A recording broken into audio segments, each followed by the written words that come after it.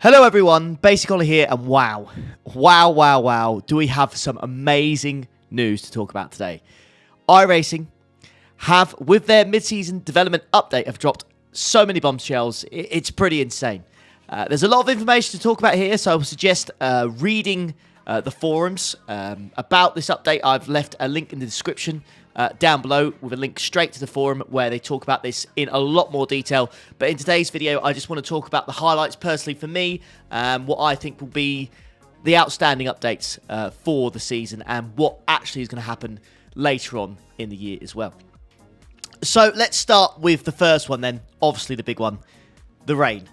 My goodness me, it looks really good, right? It looks so good. It looks absolutely amazing. Now, they've posted loads and loads of photos, and I'm going to show you some of those now. But yeah, they look so good, don't they? They look so good. Makes you so excited for when this finally drops. Now, previously, we were going to get this last season, but they decided to delay it by 3 months. And because of that, we can now have more cars that will be supported by rain.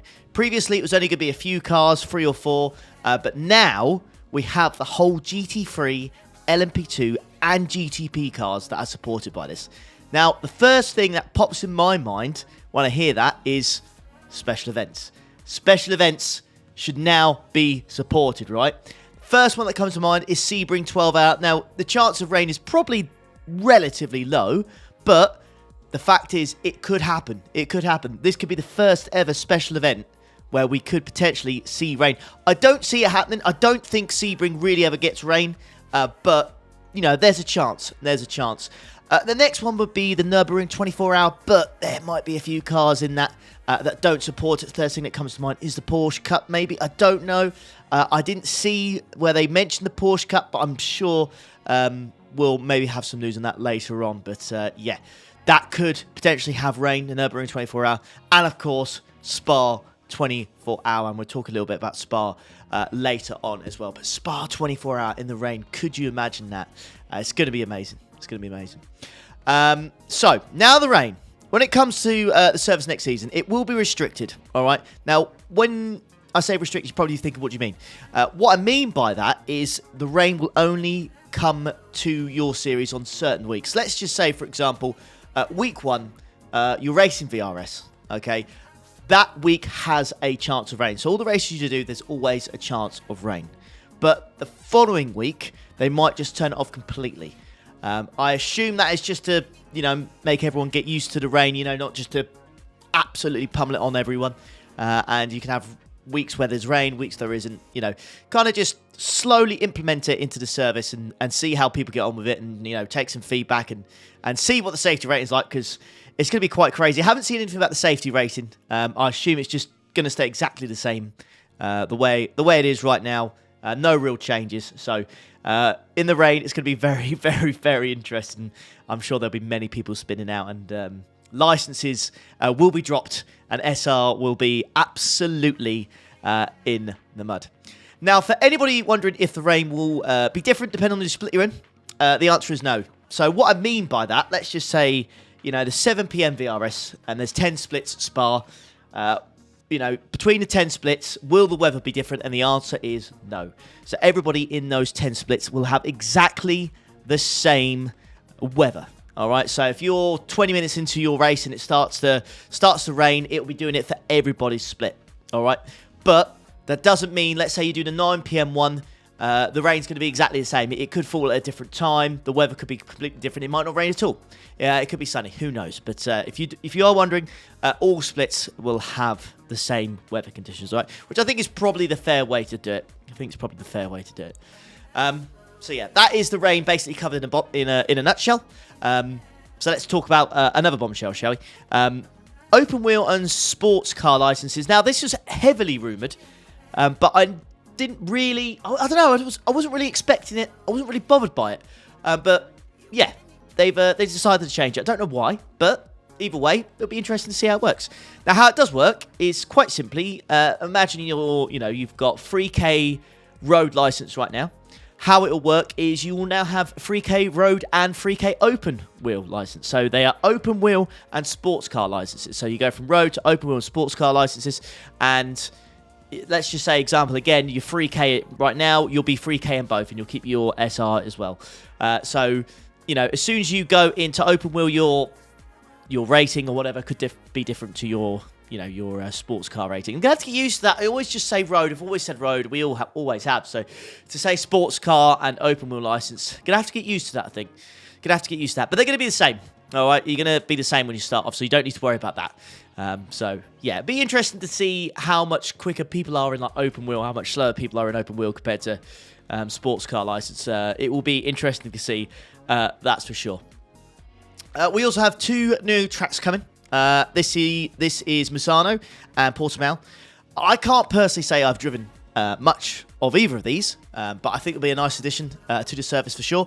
Both should provide some good racing, and what I hope be good for multi-class racing also, because I absolutely love multi-class racing. It is the best kind of racing in my opinion. So any tracks that support it and support it well, I'll give a huge thumbs up. Yeah. Right, so some interesting news as well. Some tracks have been added to the service for free. So Motorsport Arena, Snetterton, Circuit de Lebanon, and Winter Motorway Raceway have been moved to basically free content. So if you sign up to iRacing for the first time, those tracks will be free. It's always good news. You know, more free-based content is always a banger. You know, you can't really moan about that. You no longer have to pay. A bit of a strange one, Circuit de Lebanon. I swear that was quite new, wasn't it? I feel like it was quite a new racetrack, but I don't feel it was very popular at all. So, yeah, bit of a surprise there. But, you know, if it goes to free, you know, no complaints from me. You know, at least I don't have to pay $15 or whatever for one of those tracks. And then quickly, I want to mention what they hope to achieve later in this year, things that I'm quickly looking forward to.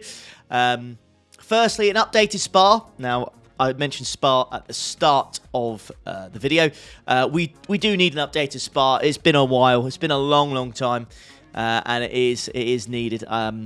Yeah, Spa looks quite different these days, especially No Name, where the way it's changed now, and I just think it needs an overhaul. So I'm really looking forward to that. Will it be done before the Spa 24-hour? I think in an ideal world, I'm sure they would like it done. And so would we all. You know, we could potentially have a Spa 24-hour this year with rain and an updated Spa. That would be absolutely incredible. But we'll have to wait and see. I don't know. I don't think so, but you never know. You never know. So yeah. Also, 2 new British tracks will be added to the service. We haven't been told what they are yet. We have no idea. And there's quite a few British tracks that are not on the service. So it'll be interesting to see. I'm hoping one of them will be Cadwell. I've raced there before, and it's an awesome circuit. It's quite tight though, so it'll be difficult to overtake, that's for sure. And it's just basically surrounded by grass, so if you go off, you're in big trouble. You are in big trouble. So that would be interesting to see, just because I've been there before. I'd love to see that. Quite big news as well is new user interface, new UI. Now this really looks nice. It really does give a modern feel to the service. You know, currently right now, if you look at the relative and stuff like that, it does look quite outdated, you know, and you look at the replay menus and stuff, it doesn't look like it's a 2024 ready, shall we say. With the new UI that's expected to come later this year, yeah, I think it looks great, and it does give a modern look to the service, so that will be fantastic. That is something expected, hopefully, later this year, so not in this season's build. Also, hopefully, later this year, an expanded GT free field. Now, I've got to be honest with you, I'm quite disappointed that there isn't anything coming to the GT free field this season, because I would love to have seen something else. Like we've been screaming and crying and begging for an updated McLaren 720S Evo, but nothing as of yet. We all know that iRacing have scanned the Ford Mustang and the new Corvette as well. So maybe I was hoping for one of those, but unfortunately we didn't get those. But I think we can forgive them, can't we? I mean, this rain update is huge, isn't it? So I think their concentration really has been on this new system. So it is what it is, but what can you do? But yeah, an expanded GT3 field. So hopefully we'll get an updated McLaren. We'll get the Ford Mustang and the Corvette. I also like to see maybe the Aston Martin GT3 as well. They just released a new one yesterday, and that looked very, very, very nice. So an Aston Martin GT3 would also be absolutely amazing. Talking about cars as well, With the addition of new cars, I hope to expand the current maximum of different cars allowed on track at once. So currently, it's 11. So 11 different types of cars can be on the track at any moment. And they're looking to increase that to 15, which would be absolutely mega. Talking about cars, though, I would like to see the amount of cars supported in total to actually be increased. I only say this because I feel like in special events, like Daytona and the Nürburgring, I feel like we could definitely do with more cars, especially in the Nürburgring, when you've got like 4 or 5 different classes. You know, you do this 24-hour event and there's only like 10 cars in your class. You know, it's not particularly great. I think we certainly need more cars on track, especially at the Nürburgring, but maybe that is quite a big ask. We'll have to see. We'll have to see. Anyways, I hope that wasn't too much information. Like I said, there's loads more in the forums and on their on the update that they've released. So please do go check that out. Like I said, I left a link in the description below. But these are all the things that I'm really looking forward to. Let me know what you're most excited for in the comments. But man, I'm absolutely pumped. This is going to be absolutely amazing. Next season is going to be so good. And yeah, I can't wait for it. Anyways, thanks very much for watching. Take care. Have an awesome day. Ta-da.